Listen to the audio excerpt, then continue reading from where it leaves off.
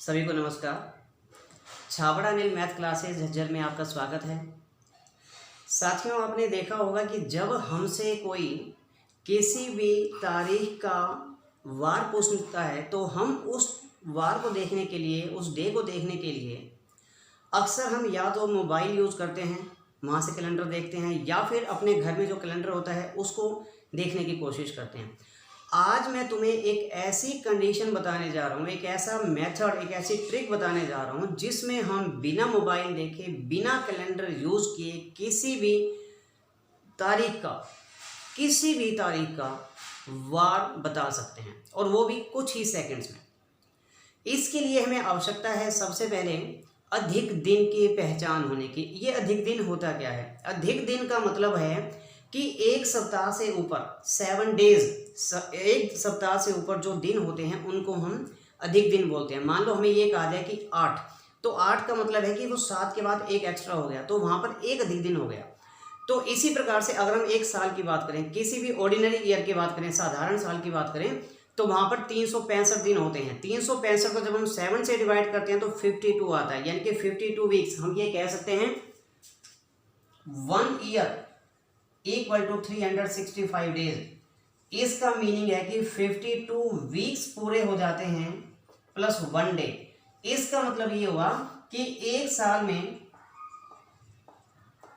एक अधिक दिन होता है। अधिक दिन, जिसको हम इंग्लिश में एक्स्ट्रा डेज भी कह सकते हैं। तो हमें यहाँ थोड़ी सी पहचान करनी है। एक साल में एक अधिक दिन होता है, और जो लीप ईयर होता है, लीप वर्ष, उसमें 2 अधिक दिन होते हैं, क्योंकि उसमें फरवरी के महीने में 29 दिन आ जाते हैं।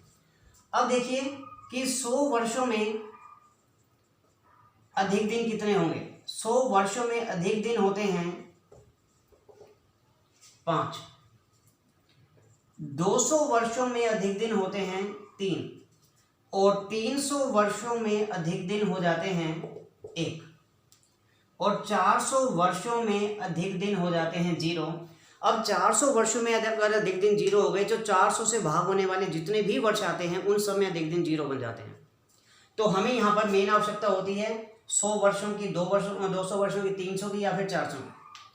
हमें इन अधिक दिन की आवश्यकता होगी। अब हम देखते हैं कोई भी एक तारीख लेकर, मान लीजिए कि हम देखते हैं, चलो 15 अगस्त 1947, जिस दिन हमारा देश आज़ाद हुआ था। देखते हैं उस दिन क्या हुआ था।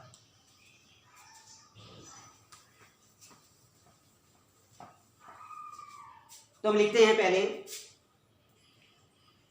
15 अगस्त 1947।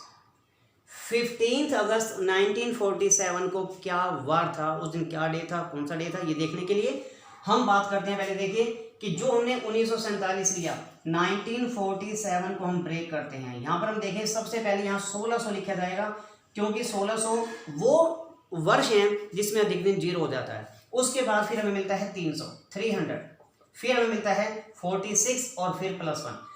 हमने यहाँ 47 में से एक कम कर दिया था, 46 + 1। अब हम देखते हैं कि 1600 वर्षों में अधिक दिन कितना होगा। 1600 वर्षों में अधिक दिन हमें मिलता है 0। फिर 300 वर्षों में अधिक दिन कितने होंगे? हमने अभी अभी डिस्कस किया था कि 300 वर्षों में अधिक दिन होता है 1। 46 वर्षों में अधिक दिन कितने होंगे? 46 वर्षों में देखिए कि 46 वर्षों में 46 अधिक दिन तो हो ही गए, लेकिन इसके साथ साथ 1901 से लेकर 1946 तक 11 साल ऐसे थे, 1904, 1908, 1912, 1916, ये 11 साल ऐसे थे जहां पर एक एक अधिक दिन एक्स्ट्रा आ गया था। यानी कि हम लिख सकते हैं 46 + 11 यानी कि 57। अब देखिए, अब हम बात करते हैं 1947 की। तो इन 1947 में जनवरी में कितने अधिक दिन होंगे? जनवरी में अधिक दिन होंगे 3। ये अधिक दिन 3 क्यों आए? क्योंकि जनवरी में 31 दिन होते हैं। 31 दिन में से 28 दिन ऐसे थे जिनकी वजह से 4 सप्ताह पूरे हो गए। 7 डेज 4 सप्ताह पूरे हो गए, तो 3 दिन एक्स्ट्रा मिल गए। फिर फेब में अगर हम फरवरी की बात करें, तो फरवरी में कितने दिन थे? आप देख सकते हैं 1947 में फरवरी में 28 दिन थे, इसलिए अधिक दिन 0 रहेगा।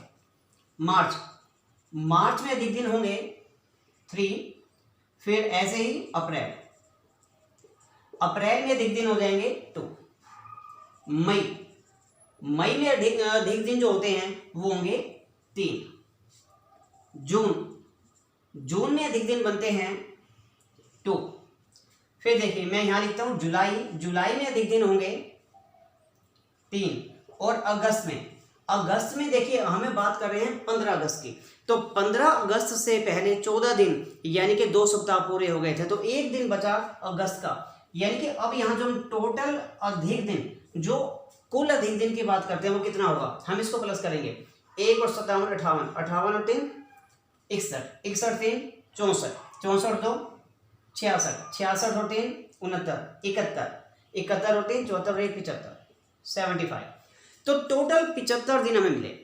अब हम देखते हैं कि हम वार कैसे निकालेंगे। इन 75 दिनों को हम 75 को 7 से डिवाइड कर दें। 7 से डिवाइड करेंगे तो हमको मिलेगा 75। तो ये जो रिमाइंडर आया 5, इसका मतलब है कि यहाँ पर हम 5वां दिन काउंट करेंगे। और 5वां दिन कहाँ से शुरू करेंगे, सोमवार से। तो पहला दिन, दूसरा दिन, तीसरा दिन, चौथा दिन, 5वां दिन, यानी कि सोमवार, मंगलवार, बुधवार, बृहस्पतिवार और शुक्रवार। तो इसका मीनिंग ये है कि इसका जो फाइनल आंसर है वो है शुक्रवार, यानी कि फ्राइडे। तो हम ये समझ सकते हैं कि इस प्रकार से हमें किसी भी तारीख का कोई भी वार मिल सकता है अगर हमें थोड़ी सी नॉलेज इस बारे में है तो।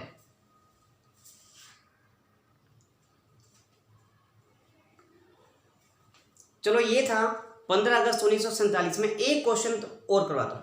जैसे मान लीजिए कि हम अपने नज़दीक की बात करें, अभी केवल 2-3 साल पहले की बात करें तो 2017, मान लीजिए 7 जून 2017 की बात करते हैं, तो उस दिन क्या वार था। देखिए हम सभी इसको कैलेंडर से देखकर या फिर मोबाइल से देखकर जल्दी से बता सकते हैं, लेकिन ट्रिक्स अपनी जगह होती हैं।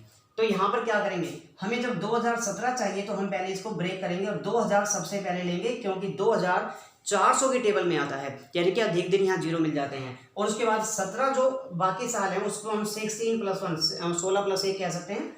तो यहाँ देखें 2000 में अधिक दिन कितने होंगे, 0। ये मैं अधिक दिन की बात कर रहा हूँ।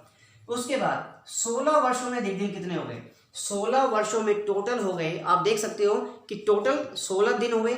लेकिन 4 साल ऐसे थे 2004, 2008, 2012, 2016, जहां पर कि हमको अधिक दिन मिलते हैं एक एक्स्ट्रा, यानी कि हमको मिलता है 16 + 4 20। उसके बाद हम बात करते हैं जून की, ये 16 पूरे हो गए। और फिर जब हम यहाँ पर बात करते हैं सन 2017 की, इन 2017, तो यहाँ पर हम बात करेंगे पहले जनवरी की। जनवरी में कितने अधिक दिन होंगे, जनवरी में जो अधिक दिन मिलेंगे वो होंगे 3। फरवरी, और फरवरी में जो अधिक दिन मिलते हैं वो होंगे 0, क्योंकि हम बात कर रहे हैं 2017 की। और 2017 में फरवरी का महीना 28 दिन का था, क्योंकि वो लीप ईयर नहीं था, तो यहाँ मिलेगा 0। मार्च, अगर हम मार्च की बात करते हैं तो हमको मिलेगा यहाँ से 3। अप्रैल, अप्रैल में अधिक दिन होंगे 2। मई में अधिक दिन होंगे 3। और जून में, अगर हम जून को देखें तो हमें चाहिए क्या, 7 जून। 7 जून का मतलब है कि एक सप्ताह पूरा हो गया, इसलिए जून में कोई भी अधिक दिन नहीं होगा। और अगर हम इनका टोटल फाइंड आउट करें तो देखो कितना आता है, हमको मिलता है यहाँ से 20 और 3 23, 23 और 3 26, 28, 28 और 3 31, 31 में मिला। और हम यहां पर देखें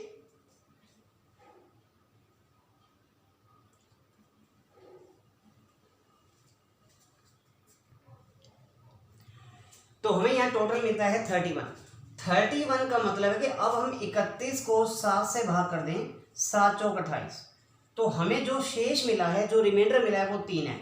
और 3 को अगर हम देखें तो ये तीसरा दिन, यानी कि सोमवार, मंगलवार, बुधवार। तो बुधवार हमें मिलता है कि जो कि वार था 7 जून 2017 को। तो इस प्रकार से हम किसी भी तारीख का कोई भी वार निकाल सकते हैं अगर हमें इस ट्रिक्स के बारे में थोड़ी सी क्लियरिटी हो जाती है। तो साथियों, कैसे लगी आपको ये वीडियो? अगर आपको पसंद आई है तो जरूर सब्सक्राइब कीजिए, शेयर कीजिए, कमेंट्स कीजिए, लाइक कीजिए। धन्यवाद।